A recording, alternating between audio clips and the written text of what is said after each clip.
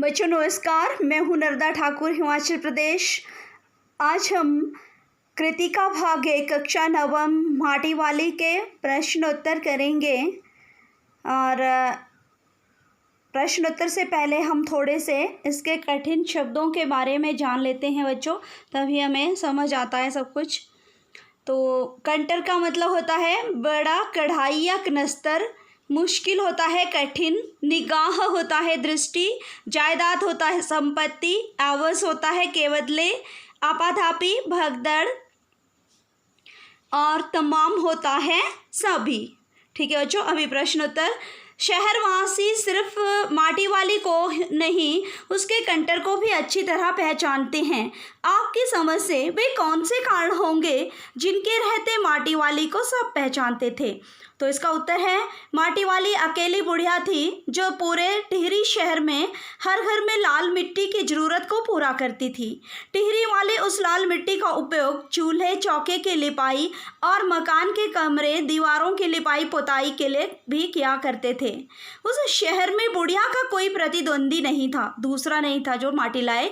उसका कनस्तर बिना ढक्कन का हुआ करता था, जिसे हर कोई देखते ही पहचान लेते थे या लेता था।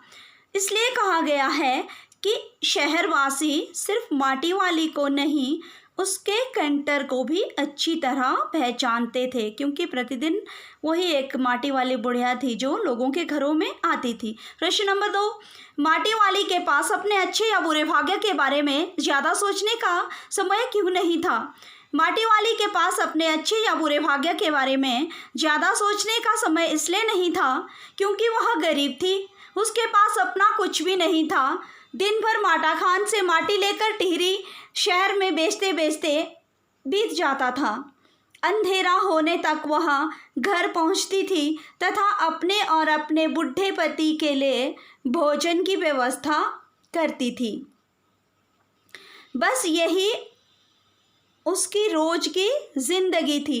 तो बच्चों, वो इतनी अमीर नहीं थी कि उसको इतना समय मिले कि उसका भाग्य अच्छा है या बुरा है, क्योंकि वो हमेशा काम में व्यस्त रहती है। प्रश्न नंबर 3, भूख मीठी की भोजन मीठा से क्या अभिप्राय है? जब हम भूखे होते हैं तो हमारा ध्यान मनपसंद और स्वादिष्ट भोजन की तरफ नहीं जाता, बल्कि हमें जो भी उपलब्ध हो जाता है उसे ही खाकर पेट की भूख मिटा लिया करते हैं। वही भोजन हमारे लिए मिश्री के समान मीठा हो जाया करता है।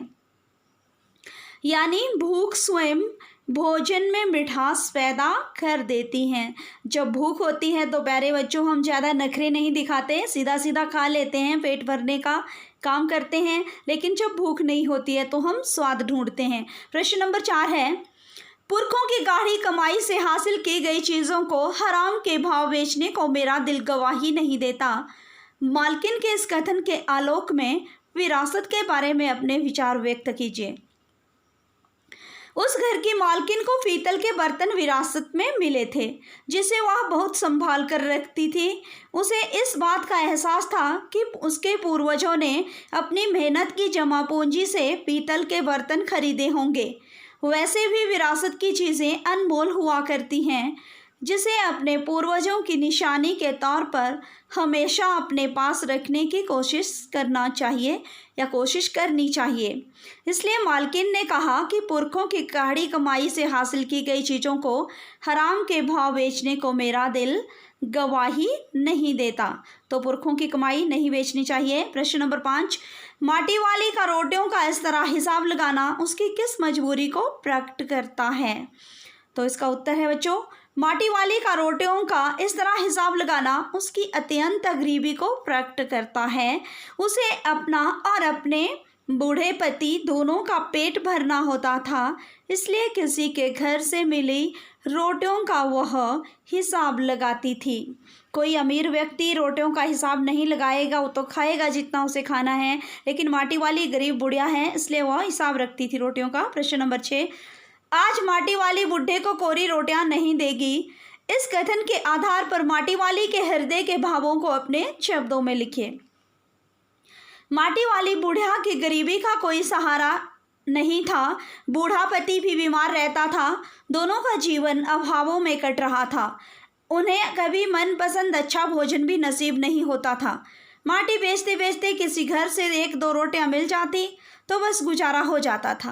परंतु एक दिन वह अपने पति के लिए 3 रोटियां ले जा रही थी। वह आमदनी के पैसे से 1 पाव प्याज भी खरीदी और मन ही मन बोले जा रही थी कि आज वह अपने पति को रोटी के साथ सब्जी भी परोस कर देगी। आज उसके पति को रूखा सूखा नहीं खाना पड़ेगा। इससे पता चलता है कि माटी वाली अपने पति के प्रति जिम्मेदार थी और उसका दिल से ख्याल रखती थी, लेकिन पति नहीं रहा। गरीब आदमी का शमशान नहीं उजड़ना चाहिए, इस कथन का आशय स्पष्ट कीजिए। उस रोज जब माटी वाली अपने घर पर पहुंची तो अपने बीमार बूढ़े पति को मृत अवस्था में पाई। वह अपने पति के अंतिम संस्कार की चिंता में बैठी थी, क्योंकि बाढ़ के कारण पूरा शमशान पानी में डूब चुका था। अब तो उसके लिए उसका घर ही शमशान के समान बन चुका था। इसलिए उस माटी वाली बुढ़िया ने कहा है कि गरीब आदमी का शमशान नहीं उजड़ना चाहिए, क्योंकि गरीबों के लिए शमशान के अलावा कुछ अपना नहीं होता। प्रश्न नंबर 8 है, विस्थापन की समस्या पर एक अनुच्छेद लिखे। पहला आपने लिखना है विस्थापन की समस्या मतलब 1 या 2 दिन के लिए नहीं, बल्कि हमेशा हमेशा के लिए अपना घर छोड़ देना विस्थापन कहलाता है। नागरिकों का एक स्थान से दूसरे स्थान पर बसना विस्थापन कहलाता है। यह लोगों पर विपत्ति आने के कारण होता है, जैसे भूकंप के कारण, बाढ़ के कारण, बांध के लिए, बिजली परियोजना के लिए। आज के समय में विस्थापन एक प्रमुख समस्या है। यह लोगों के विकास को अवरुद्ध करने के साथ देश के विकास को भी काफ़ी हद तक रोकती हैं। यह लोगों से उनका कमाने का जरिया, उनका घर जमीन छीन लेती है। उनके बच्चों का विकास को यह बहुत ज़्यादा प्रभावित करती हैं। हमारे सामने विस्थापन के कारण हुए विरोधों के उदाहरण हैं, जैसे नर्मदा नदी का आंदोलन रहा है बच्चों, आपने देखा होगा।